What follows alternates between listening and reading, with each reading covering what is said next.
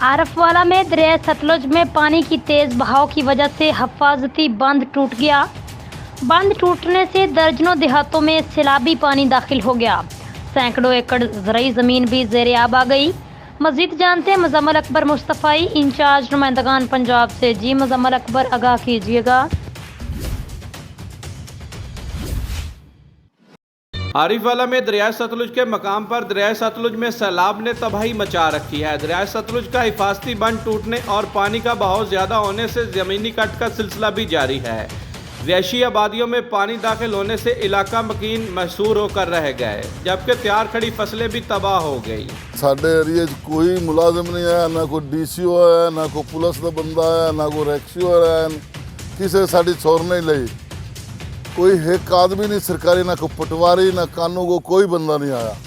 साढ़े हर शय बुड़ गई है, साढ़ा सामान लुढ़ गए, वाइयां बुड़ गई, माल साढ़े लुढ़ गए। कोई बंदा नेड़े नहीं आया जो सरकारी बंदे आ तो साड़ी छोर ली जाओ। साड़ी सारे इंतजामिया दे अगे अपील है भी असी दरिया दे विच सारा साडा फसल साड़ी सारी बुड़ गई है।